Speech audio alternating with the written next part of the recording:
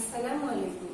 Shimul memorial north south school and কলেজের সকল শিক্ষার্থীদের সাথে কেমন আছো তোমরা? এই করোনাকালীন সময়ে নিশ্চয়ই আমরা সবাই একটু সুস্থ আছি, ভালো আছি। আল্লাহর রহমতে, আল্লাহর খাস রহমতে আমরা যে সুস্থ আছি, তো সেই সুস্থতা ধরে রাখার জন্য এখনো কিন্তু আমাদেরকে কিছু কিছু নিয়ম মেনে চলতে হবে, তাই না? আমরা এখনো কিছু পুষ্টিকর খাবার খাবো, আমরা বাইরে অহেতু বের হব না, যদি বের হওয়ার দরকার হয় মাস্ক পরে বের হব। আমরা গ্যাদার গুলো বা আড্ডা গুলো অ্যাভয়েড করব। ওকে, পারলে একটু হালকা এক্সারসাইজ করব প্রতিদিন। আর সূর্যের তাপটা একটু 15 মিনিট যদি আমরা গায়ে লাগাতে পারি, ভিটামিন ডি আমরা সেখান থেকে পেয়ে যাব।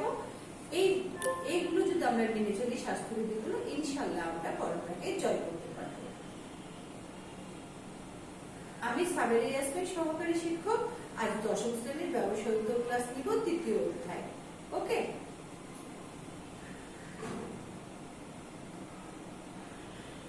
আজকে দেখেন পাঠ শিরোনামে কি আছে? আত্মকর্মসংস্থান। আত্মকর্মসংস্থানটা কি সেটা আমরা আজকে পড়বো। এখানে দেখেন ছবি আছে, এখানে কাজ করছে তারা একটা ছোট্ট পরিসরে, তাদের নিজেদের জীবিকা নিজেরাই বের করার, নিজেদের কর্মক্ষেত্র বের করার জন্য বিভিন্ন প্রচেষ্টা চালায়, তারই একটা ছবি আমি আপনাদেরকে দেখিয়েছি। শিখন ফল। আত্মকর্মসংস্থানের ধারণা ব্যাখ্যা করতে পারবে, আত্মকর্মসংস্থানের প্রশিক্ষণের প্রয়োজনীয়তা বর্ণনা করতে পারবে, আত্মকর্মসংস্থানের সহায়তাকারী প্রশিক্ষণ প্রতিষ্ঠানগুলোর কার্যক্রম ও গুরুত্ব ব্যাখ্যা করতে পারবে। আলোচ্য বিষয়: আত্মকর্মসংস্থানের ধারণা, আত্মকর্মসংস্থানের প্রয়োজনীয়তা, আত্মকর্মসংস্থানের উপযুক্ত ক্ষেত্র নির্বাচনের বিবেচ্য বিষয়, আত্মকর্মসংস্থানের প্রশিক্ষণের প্রয়োজনীয়তা, আত্মকর্মসংস্থানের সহায়ক প্রশিক্ষণ প্রদানকারী প্রতিষ্ঠান। এখন আসি আমরা আত্মকর্মসংস্থানের ধারণা। আসলে আত্মকর্মসংস্থানটা কি? দেখেন, আমরা কিন্তু যখন একটা পড়াশোনা শেষ করি, বা অনেকে আছে পড়াশোনা না শেষ করে অনেকে বিজনেসে চলে যায়, অনেকে চাকরিতে চলে যায়, আবার অনেকে নিজের কাজ, নিজের কর্মক্ষেত্র নিজেই তৈরি করে। এই নিজের কর্মক্ষেত্র নিজেই তৈরি করাটাই কিন্তু আত্মকর্মসংস্থান। আমরা যদি একটু দেখি যে আত্মকর্মসংস্থান হলো নিজের দক্ষতা ও গুণাবলী দ্বারা নিজেই নিজের কর্মসংস্থান করাকে আত্মকর্মসংস্থান বলে। অর্থাৎ আমি যেটা বললাম যে নিজের কাজ, নিজের কর্মক্ষেত্র কোথায় থেকে আয় হবে সেই বিষয়গুলো নিজেই নির্ধারণ করা, এটাই কিন্তু আত্মকর্মসংস্থান। তাহলে আমরা বুঝতে পারছি যে নিজের পুঁজি অথবা ঋণ করা স্বল্প সম্পদ, নিজের চিন্তা, জ্ঞান, বুদ্ধিমত্তা ও দক্ষতাকে কাজে লাগিয়ে ন্যূনতম ঝুঁকি নিয়ে আত্মপ্রচেষ্টায় জীবিকা অর্জনের ব্যবস্থাকে আত্মকর্মসংস্থান বলে। এখানে একটা জিনিস বিষয় আছে, কিন্তু আত্মকর্মসংস্থান করতে গেলে কিন্তু নিজস্ব কিছু ঝুঁকি নিতে হবে, নিজস্ব কিছু মূলধন থাকতে হবে। আপনি একটা চাকরিতে ঢুকবেন, আপনার মূলধন না থাকলেও কিন্তু হবে। আপনি একটা সার্ভিসে ঢুকলেন, মাস ভিত্তিক আপনি একটা বেতন পেলেন। কিন্তু আপনি একটা বিজনেস শুরু করলেন, সেখানে যদি আপনি জয়েন করেন, দেখবেন যে আপনার গতানুগতিক একটা স্যালারি, কিছু বোনাস, এগুলো যোগ হবে। কিন্তু আত্মকর্মসংস্থানে কিন্তু আপনার কিছু ঝুঁকি থাকবে। আপনার বুদ্ধিকে কাজে লাগাতে হবে, আপনার প্রচেষ্টাকে কাজে লাগাতে হবে। আপনি কোন সেক্টরে কাজ করবে চিন্তা ভাবনা করে আপনাকে এই পথে এগোতে হবে। এখানে দেখেন আমি বিভিন্ন ছবি দিয়েছি, মাছ ধরার ছবি দিয়েছি, কেউ বা মুরগির একটা খামারের ছবি দিয়েছি, অনেকে আছে দেখেন যে গরুর যে ইয়ে করে, খামার গুলো করে, সেটা করে, কেউ বা তাঁত বুনাই। এই ছবিগুলো আপনারা কিন্তু আত্মকর্মসংস্থানে ব্যবহার করতে পারবেন। এবার আসি আত্মকর্মসংস্থানের প্রয়োজনীয়তা। আসলে আত্মকর্মসংস্থানের কি আদৌ প্রয়োজন আছে? কিন্তু বাংলাদেশের পরিপ্রেক্ষিতে আপনারা জানেন যে আমাদের যত পরিমাণে শিক্ষিত বা যুব সমাজ বের হচ্ছে, তাদের কিন্তু সরকারি বা বেসরকারি ওই পরিমাণ চাকরির ক্ষেত্র নাই। এই জন্যই বর্তমানে আত্মকর্মসংস্থান খুব জনপ্রিয় একটা কর্মসংস্থানে পরিণত হয়েছে। এখানে কি বলছে? আত্মকর্মসংস্থানকে প্রধানত 3 ভাগে ভাগ করা যায়। এক হচ্ছে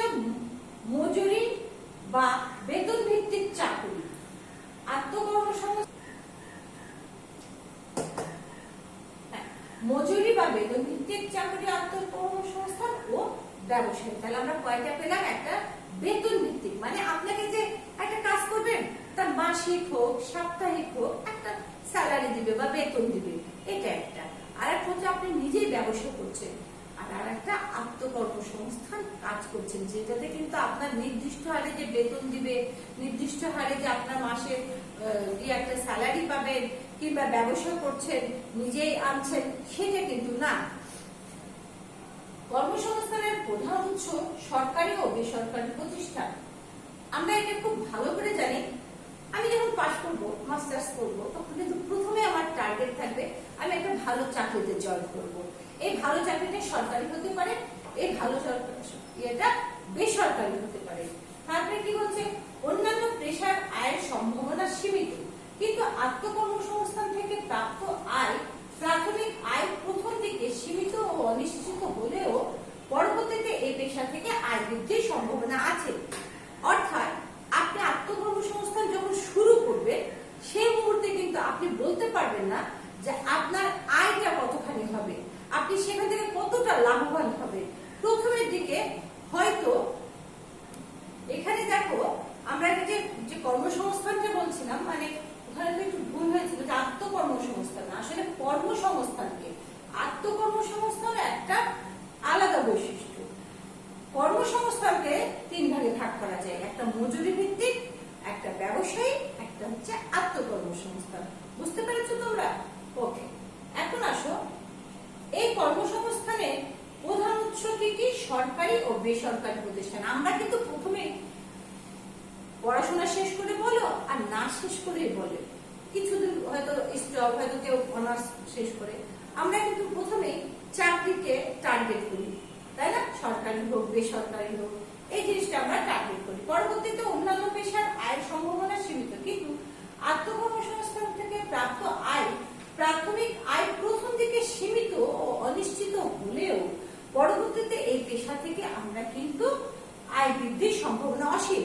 এক্ষেত্রে কেন বলা হচ্ছে? কারণ বলা হচ্ছে প্রথম থেকে তুমি যখন একটা বিজনেস শুরু করবা, তুমি নিজের মতো করে শুরু করবা, তখন প্রথমেই যে তুমি ভালো একটা লাভ পাবা সেটা না, এমন হতে পারে তুমি লসও করতে পারো, কিন্তু সেটা তুমি যদি ধরে রাখো, তুমি যদি দক্ষতা দিয়ে, তুমি যদি বুদ্ধি দিয়ে তুমি সবকিছু মেনটেন করে যদি চলো, তাহলে এই আয় বৃদ্ধিটা হয়ে থাকে। এটা কিন্তু ধীরে ধীরে তোমার দেখবা যে আয়টা বৃদ্ধি হয়। বর্তমানে আত্মকর্মসংস্থানের আওতা ব্যাপকভাবে বৃদ্ধি পেয়েছে। এটা কিন্তু এখন ছোট আকারে নাই। আগে দেখো শিক্ষিত মানুষ হলে শহরের দিকে চলে আসতো, তারা কিন্তু চাকরির ভিতরে খুঁজতো। খুব কম শিক্ষিত মানুষ গিয়ে গ্রামে কাজ করতো, জমি জায়গা বাবার পড়ে আছে তারপরে কাজ করতো না। কিন্তু বর্তমানে কি অবস্থা তোমরা যদি একটু খেয়াল করে দেখবা, যে একজন মাস্টার্স কমপ্লিট করে এমবিএ করে ভালো শিক্ষা পেয়েও সে চাকরিতে না গিয়ে সে একটা বিজনেস, সে একটা কর্মসংস্থানের সৃষ্টি করছে, মাছ চাষ করছে, ফল চাষ করছে, বিভিন্ন কাজে তারা ইনভলভ হচ্ছে। এখন কিন্তু সেটা আর পিছিয়ে নেই। আত্মকর্মসংস্থান বর্তমানে অনেক জনপ্রিয় একটা কর্মসংস্থান। আত্মকর্মসংস্থানের সবচেয়ে বড় মূলধন হলো নিজের দক্ষতা। এই যে আত্মকর্মসংস্থান নিয়ে আমরা এত কথা বলছি, কিন্তু চাকরি তোমার নিজের খুব বেশি দক্ষতা না হলেও তুমি চাকরিতে ঢুকতে পারবা, সেখানে প্রশিক্ষণ দিবে, সেখানে তুমি করতে করতে শিখবা। কিন্তু আত্মকর্মসংস্থানের ক্ষেত্রে একজন উদ্যোক্তার অবশ্যই দক্ষতা থাকা লাগবে। দক্ষতা ছাড়া তুমি যদি করতে চাও, সেখানে তুমি সাকসেস হবে না। আত্মকর্মসংস্থান একটি স্বাধীন পেশা। ওই যে বললাম তুমি চাকরি করবে, বসের কথা শোনা লাগবে, তোমাকে বিভিন্ন জায়গায় ট্রান্সফার দিবে, তোমাকে সেটা মেনে নিতে হবে। কিন্তু আত্মকর্মসংস্থানে সেখানে কিন্তু তুমি নিজেই মালিক, তুমি স্বাধীনভাবে ব্যবসা করতে পারবা। তুমি একটা বিজনেস করছো, মাছের বিজনেস করছো, ওকে আমি সামনে 6 মাস পর বা বছর পর আমি এখানে আবার একটা মুরগির খামার করতে পারবো, এই জন্য কিন্তু তোমার কারো মতামত নিতে হবে না। তুমি কিন্তু নিজে স্বাধীন, তুমি স্বাধীনভাবে সেটা পরিচালনা করতে পারবা। আত্মকর্মসংস্থানের জন্য বয়স কোনো সমস্যা নাই। তাহলে আর একটা কি বলছে, যে আত্মকর্মসংস্থানের জন্য বয়স যেটা বলছি সেটা কোনো সমস্যা নাই। তুমি যে কোনো বয়সে, সাধারণত আমরা ধরি যে 18 বছর, 18 বছরের পর থেকে একজন মধ্যবয়সী, অনেকে আছে দেখবা চাকরি ছেড়ে 25 বছর চাকরি করলো, তারপরেও সে কিন্তু একটা ফার্ম দিতে পারে। এখানে কিন্তু বয়সের কোনো হেরফের না।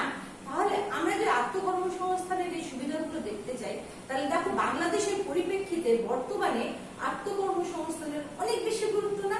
অনেক বেশি গুরুত্ব। এখানে বয়স লাগছে না, এখানে তোমার দক্ষতাকে কাজে লাগাতে পারছো, এখানে আরো 10 জনের কর্মসংস্থান করে দিতে পারছো।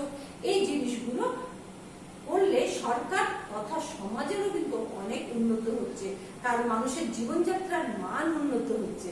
বুঝা গেছে?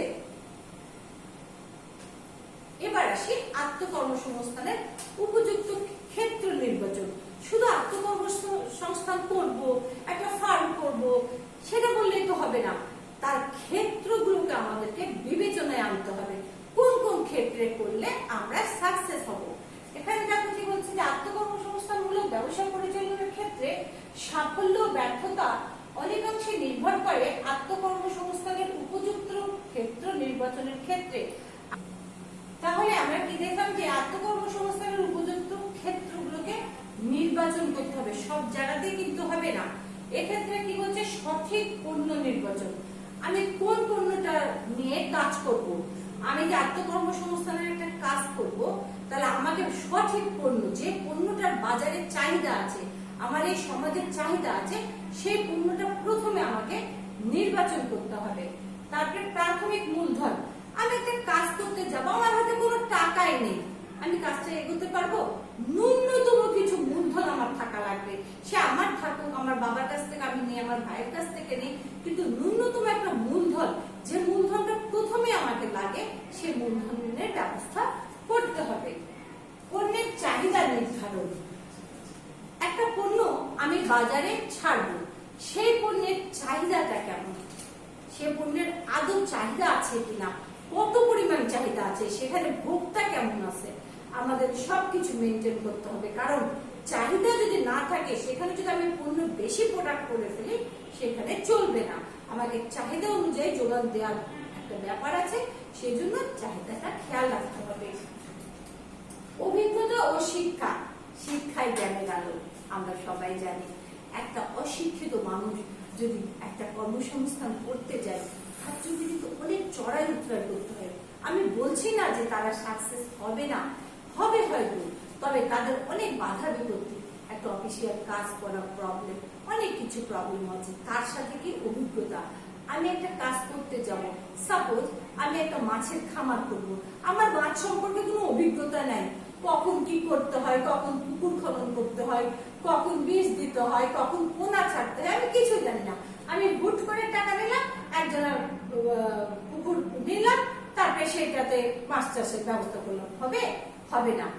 আমি যে বিজনেসটা করতে যাব, তার সম্পর্কে আমার অভিজ্ঞতা আগে অর্জন করতে হবে।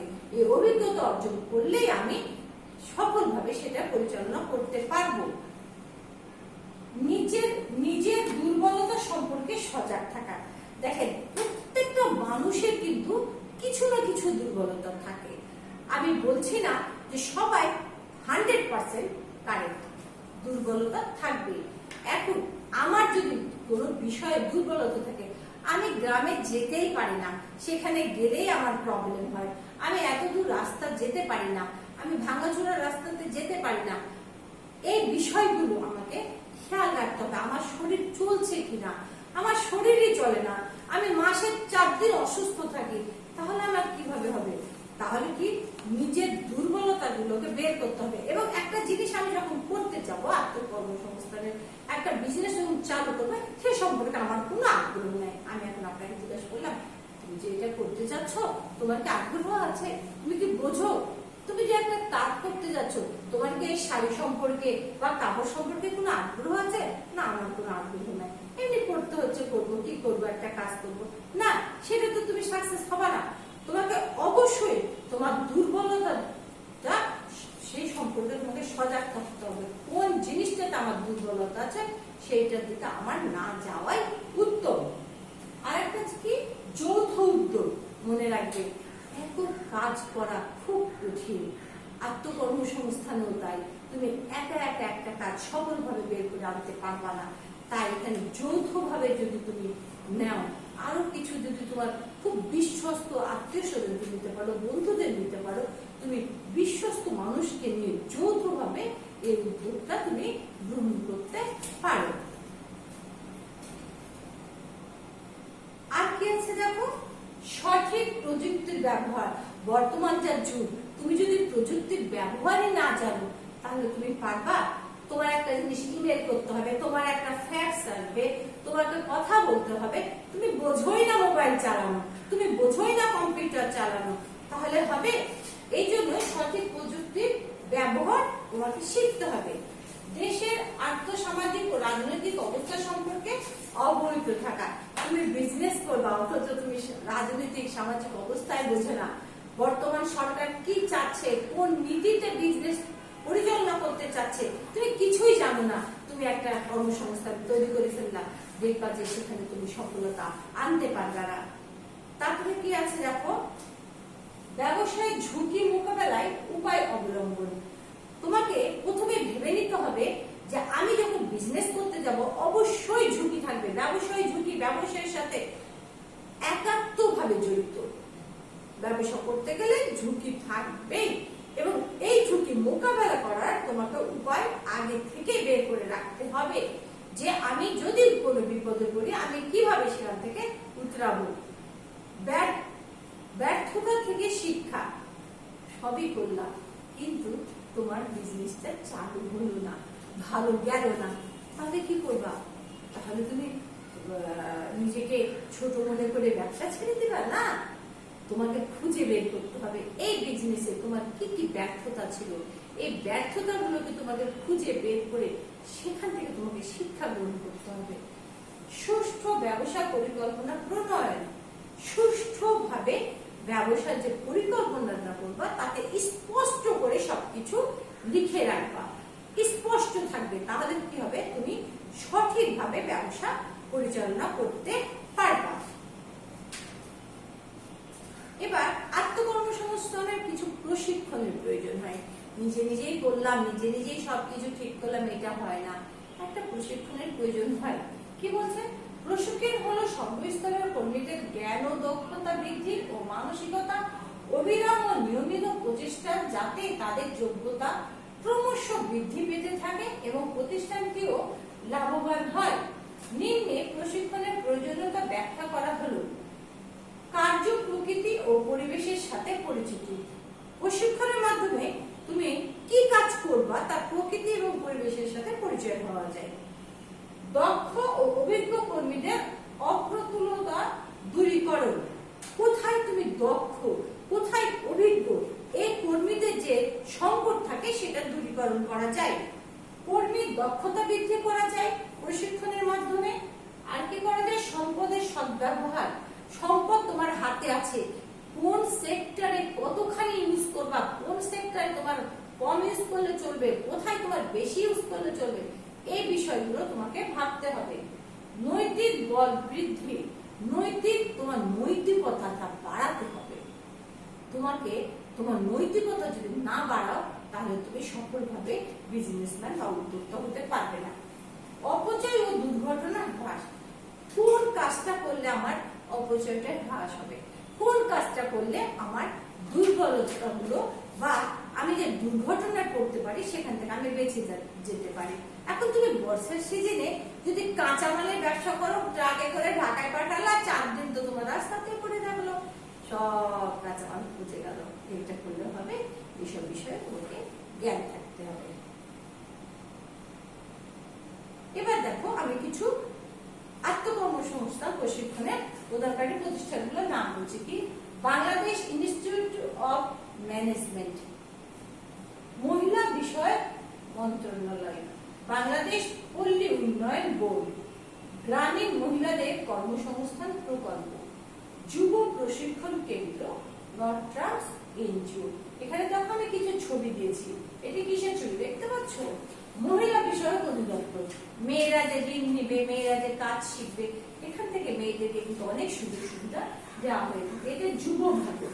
এই যুব ভবনে তোমার যুব উন্নয়নের যে প্রশিক্ষণ গুলো হয়, সেখান থেকে যে ঋণের ব্যবস্থা করা হয়, সেখান থেকে যে সার্টিফিকেট গুলো দেওয়া হয়, এই অধিদপ্তরের অন্তর্ভুক্ত। এখানে দেখা যাচ্ছে দেখো নারীরা প্রশিক্ষণ নিচ্ছে। প্রশিক্ষণ ছাড়া সুষ্ঠুভাবে কাজ পরিচালনা করা সম্ভব না। আসি। আজকে যে অধ্যায়গুলো তোমাদেরকে পড়ালাম সেই অধ্যায়ের উপরে কিছু মূল্যায়নের প্রশ্ন লিখেছি আমি। দেখো, আত্মকর্মসংস্থান কি? আত্মকর্মসংস্থান কি? নিজের দক্ষতা ও গুণাবলী দ্বারা নিজেই নিজের কর্মসংস্থান সৃষ্টি করাকে আত্মকর্মসংস্থান বলে। মনে থাকবে, অর্থাৎ নিজের দক্ষতা গুণাবলী দ্বারা নিজেই নিজের কর্মসংস্থান সৃষ্টি করাকে আত্মকর্মসংস্থান বলে। 2 নম্বরে কি বলছে দেখো, বাংলাদেশের মোট কর্মহীন লোকের সংখ্যা কত? তোমরা কি জানো বাংলাদেশের মোট কর্মহীন লোকের সংখ্যা কত? বাংলাদেশের মোট কর্মহীন লোকের সংখ্যা হচ্ছে 26 লক্ষ। মনে থাকবে, 26 লক্ষ। ক্ষুদ্র ব্যবসায়ী কি? ক্ষুদ্র ব্যবসায়ীটা হচ্ছে স্বল্প মূলধন নিয়ে ক্ষুদ্র পরিসরে, খুব অল্প মূলধন নিয়ে ক্ষুদ্র পরিসরে যে ব্যবসা পরিচালনা করা হয় সেটাকে ক্ষুদ্র ব্যবসায়ী বলে। ওকে, নেক্সট যে তোমাদের এই 3য় অধ্যায় করে ডিভিশন অফ প্লেস হবে। অধ্যায়টি ভালোভাবে পড়বে, মনে থাকবে, ভালোভাবে বাসায় পড়বে। আজকের মতো ক্লাস এখানেই শেষ করছি। ধন্যবাদ।